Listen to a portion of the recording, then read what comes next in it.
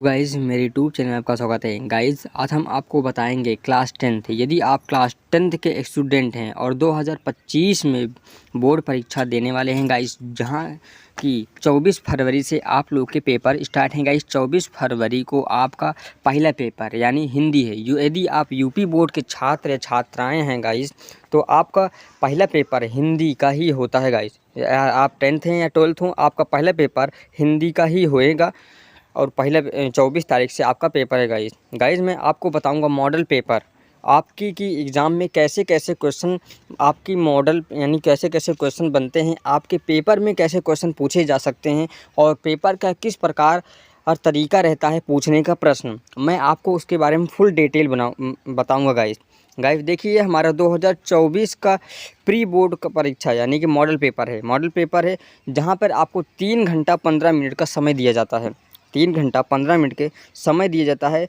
निर्देश आपके निर्देश से भी लिखे गए हैं, निर्देश आप पढ़ लीजिएगा गाइस। मैं आपको बताता हूँ खंड आ में आपको जो होते हैं बहुविकल्पीय प्रश्न पूछे जाते हैं, जिनके उत्तर आपको OMR सीट पर देना है। OMR सीट पे देना है।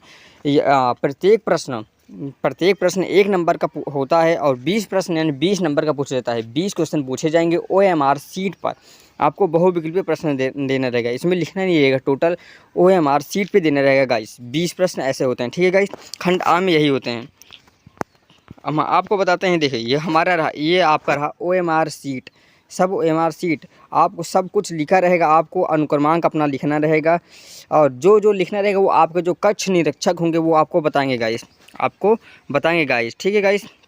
ये आपका निर्देश रहा, निर्देश आप पढ़ के ही अपना प्रश्न सॉल्व करना शुरू करेंगे गाइस। खंड आ के अंदर आता है वर्णनात्मक प्रश्न, जहाँ से आपके लिखित परीक्षा होते हैं, एकदम लिखना ही है। 50 नंबर लिखित परीक्षा होंगे यहाँ से गाइस आपके वर्णनात्मक प्रश्न। मैंने बताया था गाइस कि जो सबसे पहले हिंदी के पेपर में आते हैं वह गद्यांश या पद्यांश आते हैं, जहाँ पे 6 नंबर में गद्यांश या पद्यांश पूछे जाते हैं। गद्यांश पद्यांश दोनों ही पूछे जाते हैं, जो 6 नंबर में पूछे जाते हैं, यानी 12 नंबर यहाँ से आपका क्लियर हो जाता है। मैंने गद्यांश पद्यांश बता रखा है, आप चैनल के प्लेलिस्ट में जाइए, कौन कौन से चैप्टर से गद्यांश या पद्यांश पूछे जाते हैं मैंने बता रखा है, आप उस वीडियो को देख लीजिएगा। देखिए गद्यांश गद्यांश यहाँ से दिया गया 6 नंबर का। अब देखिए यहाँ से हमें पद्यांश भी दिया गया है 6 नंबर का गाइस। अब आपका आता है संस्कृत। मैंने बताया था हिंदी में भी गद्यांश से पद्यांश आते हैं और हिंदी में भी गद्यांश से पद्यांश आते हैं गाइस। यहाँ से संस्कृत के लिए पद्यांश जो संस्कृत में आते हैं गद्यांश से पद्यांश 5-5 नंबर के आते हैं और हिंदी में जो आते हैं 6 नंबर के आते हैं गाइस।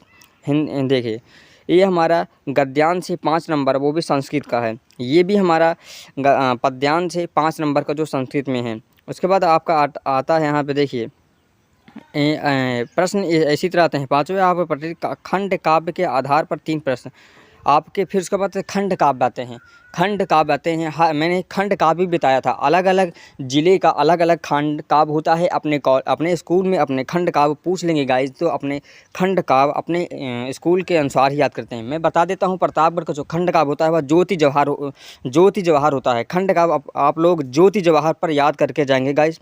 3 नंबर यहाँ से पक्के हो जाते हैं गाइज, आप अच्छे से पास कर ही जाएंगे गाइज।